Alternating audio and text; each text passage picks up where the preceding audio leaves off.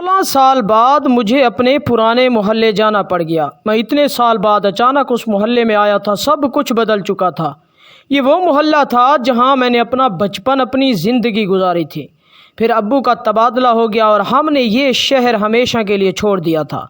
और आज जब इतने साल बाद एक बार फिर उसी मोहल्ले में वापस आया हूँ तो ऐसा लगता है जैसे कुछ भी पहले जैसा नहीं है।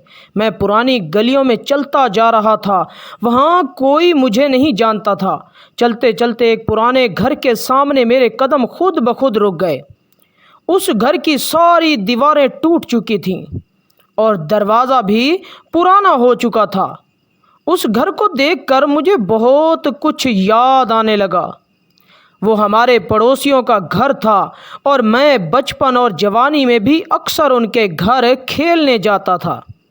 सच पूछें तो खेलना सिर्फ एक बहाना था। मैं असल में शबाना को देखने जाता था। शबाना बहुत खूबसूरत और मेरी सबसे अच्छी दोस्त थी। दोस्त वो सिर्फ बचपन तक थी। जब मैं कुछ बड़ा हुआ तो मुझसे उससे प्यार होने लगा था। वो भी मुझसे बहुत प्यार करती थी। फिर हम लोग हमेशा के लिए ये मोहल्ला छोड़कर चले गए थे और शबाना यहीं रह गई। शबाना की एक बहुत अच्छी दादी भी थी जो मुझे बेटे की तरह प्यार करती थी और मैं भी उन्हें अपनी सगी दादी की तरह समझता था। मगर अब तो कुछ भी नहीं रहा था। शायद उसकी शादी हो गई होगी और अब तो उसके बच्चे भी हो चुके हों। इतने साल जो गुजर चुके थे और उसकी दादी तो अब यकीनन फौत हो चुकी होंगी, क्योंकि वो तो उसी वक़्त बहुत बूढ़ी और कमज़ोर थी। और अब तो इतने साल गुजर गए और मुझे इस बात पर भी यकीन नहीं था कि ये घर अब भी उन्हीं का है या वो भी ये घर छोड़ कर चले गए थे। फिर भी बेइख्तियार मैंने दरवाज़ा खटखटाया। थोड़ी देर बाद दरवाज़ा खुला और जिसने दरवाज़ा खोला था उसे देखकर मेरी सांस गले में अटकने लगी। मैं सदमे और हैरत से उसे देखे जा रहा था। वो शबाना थी, बिल्कुल वैसी शबाना जैसी मैं उससे छोड़ कर गया था। वो बिल्कुल नहीं बदली, ना उसका चेहरा, ना रंग और ना ही उस पर वक़्त गुजरने का कोई असर हुआ था। वो अभी भी वैसी खूबसूरत और जवान थी। मुझे देखकर उसने उदासी से कहा, तुम आ गए बासित, मैं इतने सालों से तुम्हारा इंतज़ार कर रही थी। तुम यूं बिना बताए चले गए थे, ऐसा भी कोई जाता है क्या? मैंने उसकी बात सुनकर कुछ शर्मिंदगी से सर झुका लिया और माजरत करते हुए बोला, आई एम सॉरी शबाना, इस वक्त हालात ही कुछ ऐसे थे और यही वक्त का फ़ैसला था कि हम 200 से जुदा हो जाते। मेरी बात सुनकर उसने अपनी आंखें साफ की और बोली, चलो अभी यहीं खड़े रहोगे या अंदर भी आओगे? शबाना की बात पर मैं अंदर उनके घर में चला गया। उनका पुराना घर बिल्कुल वैसे था जैसे 16 साल पहले था, कुछ भी नहीं बदला था। मैं अंदर जाते हुए घर का जायज़ा भी लेता जा रहा था। फिर चलते चलते मैं अचानक ठटक कर रह गया। मेरी जो सामने नज़र पड़ी तो मैं शॉक्ड हो गया। सामने एक चारपाई पर शबाना की दादी बैठी थी। मैं उसकी दादी को ज़िंदा देखकर हैरान था। इतने साल बाद ना सिर्फ वो ज़िंदा थी बल्कि वैसी की वैसी सेहतमंद थी। मैं आंखें फाड़े उन्हें देखे जा रहा था। ऐसा कैसे मुमकिन था? फिर मैंने उसकी दादी को सलाम किया। दादी ने मुस्कुराते हुए मेरी तरफ देख कर कहा, कैसे हो बासित? इतने साल बाद कैसे याद किया हम गरीबों को? मैं दादी की बात सुनकर मज़ीद हैरान हो गया। उन्होंने सिर्फ एक नज़र देख लेने पर ही मुझे पहचान लिया था, जबकि मेरी शक्ल इतने सालों में काफ़ी तब्दील हो चुकी थी। और जब मैं यहाँ से गया था तब मेरे चेहरे पर दाढ़ी भी नहीं थी। मैं उनकी याददाश्त पर काफ़ी हैरान था। पता नहीं क्यों, लेकिन मेरा दिल कह रहा था कुछ गलत है। मैंने मुस्कुराते हुए कहा, मैं ठीक हूँ, आप कैसी हैं दादी? پھر دادی نے میرا ہاتھ پکڑ کر مجھے اپنے پاس بٹھایا۔ اسی وقت شبانہ نے اپنے ملازم کو آواز دے کر کہا، ناظم چائے لے کر آؤ۔ میں شبانہ کی بات سن کر ایک حیرت میں ڈوب گیا۔ ناظم ان کے گھر کا کافی پرانا ملازم تھا اور وہ اس وقت بھی انہی کے گھر کام کرتا تھا جب ہم چھوٹے تھے، اور آج اتنے سال بعد بھی وہ اسی گھر میں ملازم تھا۔ میرے لیے یقین کرنا مشکل ہو رہا تھا۔ میں نے شبانہ سے پوچھا، کیا ناظم اب بھی یہاں کام کرتا ہے؟ شبانہ مسکراتے ہوئے بولی، ہاں ناظم اب بھی ہمارے گھر میں کام کرتا ہے۔ سب کچھ وہی ہے جیسے تم چھوڑ کر گئے تھے، بس تم ہی بدل گئے ہو۔ شبانہ نے شکوہ کیا اور میں اس کے شکوے پر مزید شرمندہ ہو گیا۔ پھر شبانہ کی دادی نے ایک نہایت عجیب و غریب بات کہی، بیٹا تم نے ہمارے گھر میں موجود قبریں دیکھ لیں۔ میں ان کی بات سن کر بری طرح الجھ گیا اور میں نے حیرانگی سے شبانہ کی طرف دیکھ کر پوچھا، یہ دادی کن قبروں کی بات کر رہی ہے اور گھر میں کس کی قبریں ہیں؟ شبانہ نے میری بات کا جواب دینے کی بجائے اپنی دادی کو ٹوکتے ہوئے کہا، کیا دادی آپ بھی ہر مہمان کے سامنے قبروں کا ذکر لے کر بیٹھ جاتی ہیں؟ اس بیچارے کو چاہے تو پینے دو۔ دادی نے کچھ شرمندگی سے میری طرف دیکھ کر کہا، اچھا بیٹا تم چائے پی لو پھر بات کریں گے۔ لیکن میں بری طرح الجھ چکا تھا۔ آخر کیا تھا جو میری سمجھ میں نہیں آ رہا تھا۔ میں وہیں دادی کے ساتھ بیٹھ کر باتیں کرتا رہا۔ دادی نے شکوہ کرتے ہوئے کہا، تم اتنے بڑے آدمی بن گئے، دوبارہ اس محلے میں ہی نہیں آئے؟ ہم تمہارا انتظار کرتے رہے۔ میں نے دادی کو سمجھاتے ہوئے کہا، دادی بس حالات ہی کچھ ایسے ہو گئے تھے کہ دوبارہ نہیں آ سکا۔ میرا بہت دل کرتا تھا میں آپ کے پاس آؤں، آپ سب سے ملوں۔ دادی نے بڑی محبت سے میرے گال پر ہاتھ رکھتے ہوئے کہا، اچھا تمہاری امی ابو اور باقی بہن بھائی کیسے ہیں؟ میں نے مسکراتے ہوئے کہا، سب ٹھیک ہیں دادی، اور امی تو آپ سب کو بہت یاد کرتی ہیں۔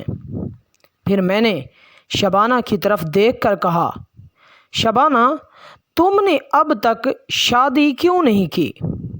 میری بات پر شبانہ نے دکھ بھرے لہجے میں کہا، میں تم سے شادی کرنا چاہتی تھی، تمہارے علاوہ کسی اور سے کیسے شادی کر سکتی تھی، اور تم مجھے چھوڑ کر چلے گئے تھے۔ شبانہ کی ہر بات پر میرے پرانے زخم تازہ ہو رہے تھے۔ پھر ان کے گھر کا ملازم ناظم چائے لے کر آیا تھا۔ میں ناظم کو دیکھ کر ایک بار پھر الجھ گیا، کیونکہ ناظم اب بھی ویسا تھا جیسے 16 سال پہلے تھا۔ وہ بالکل نہیں بدلا تھا اور نہ ہی اس کی عمر بڑھی تھی، اور میں سوچ رہا تھا کیا اس گھر میں رہنے والوں پر وقت گزرنے کا بالکل اثر نہیں ہوا تھا؟ سب کے سب ویسے ہی جوان تھے جیسے میں ان کو چھوڑ کر گیا تھا۔ اب تو مجھے یقین ہو گیا تھا کہ کچھ نہ کچھ واقعی عجیب ہے۔ ناظم نے چائے رکھ کر مجھے دیکھا اور خوش ہوتے ہوئے بولا، باسط بابو آپ اتنے سال بعد ہمارے گھر کا راستہ کیسے بھول آئے؟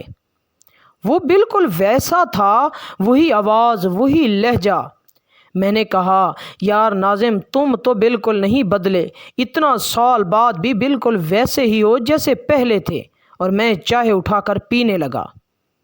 چائے کے دوران شبانہ اور ناظم وہیں بیٹھ گئے اور میرے ساتھ باتیں کرتے رہے۔ میں دادی کے ساتھ بھی باتیں کرتا رہا اور ہم سب کو پرانا وقت یاد آ رہا تھا اور پرانی باتیں یاد کرتے رہے۔ اسی دوران دادی نے ایک عجیب و غریب واقعہ سنایا۔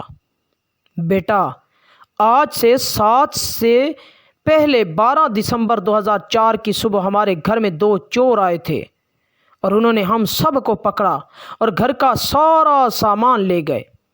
फिर उन चोरों ने हम तीसों को रस्सियों से बांध दिया था और बंदूक निकालकर हम तीनों की तरफ बढ़े। दादी वाकया सुनाते सुनाते रुक गई। मैं सांस रोके उनका वाकया सुन रहा था। फिर मैंने उनसे पूछा, दादी फिर क्या हुआ? उन चोरों ने कैसे छोड़ा था आपको? मेरी बात सुनकर दादी ने उदासी से अपना दुपट्टा सर पर लिया और बोली, पता नहीं बेटा आगे क्या हुआ था, मुझे कुछ ख़ास याद नहीं। अब बूढ़ी हो चुकी हूँ, याददाश्त भी कमज़ोर है। मैंने मुस्कुराने की नाकाम कोशिश की। कुछ देर तक मैं उनके साथ बातें करता रहा। फिर चाय पीकर मैं जाने के लिए खड़ा हुआ। दादी शबाना और नाज़िम भी खड़े हुए। फिर मैंने दादी और शबाना से कहा, चलो इस वक्त चलता हूँ, अगर ज़िंदगी रही तो फिर मिलेंगे। मैंने जाने से पहले शबाना की आंखों में देखा। उसकी आंखों में बेपनाह उदासी थी। मैं उससे नज़रें नहीं मिला सका। फिर मैं वापस जाने के लिए मुड़ा तो दादी ने पीछे से आवाज़ देकर कहा, रुक जाओ बेटा, कब्रें तो देखते जाओ। मैंने कुछ उलझकर दादी को देखा और फिर दादी ने सामने की तरफ इशारा करते हुए कहा, बेटा वो रही कब्रें। मैंने नज़रें उठाकर सामने देखा तो घर के पिछले हिस्से की तरफ एक दरख्त के नीचे कुछ कब्रें थीं। मैं बुरी तरह उलझ गया कि घर के अंदर किसकी कब्रें हो सकती हैं, क्योंकि जब मैं बचपन में यहाँ आता था तब तो यहाँ किसी की कब्रें नहीं थी। दादी ने कहा, चलो बेटा चल कर देख लो, सोच क्या रहे हो। दादी की बात पर मैं उन कब्रों की तरफ जाने लगा। शबाना, नाज़िम और दादी भी मेरे पीछे पीछे आने लगी। मैं उन कब्रों के पास पहुंच गया। वो 3 पुरानी कब्रें थीं जिन पर हद से ज़्यादा मिट्टी और कुछ जड़ी बूटियां उगी हुई थीं। उन तीनों कब्रों पर एक एक तख्ती लगी हुई थी। हर तख्ती पर मरने वाले का नाम था। मैं उन कब्रों के पास गया। पहली कब्र की तख्ती की तरफ मैंने देखा तो उस पर नाम पढ़कर मुझे लगा मैं अगला सांस भी नहीं ले सकूंगा। उस तख्ती पर लिखा था, नूरा दादी, वफ़ात 12 दिसंबर 2004। मेरी आंखें खौफ और हैरत से फैल गईं। दिल की धड़कन तेज़ होने लगी। मैंने दूसरी कब्र की तख्ती की तरफ देखा तो एक और सदमा लगा जिस पर लिखा था, नाज़िम अली, वफ़ात 12 दिसंबर 2004।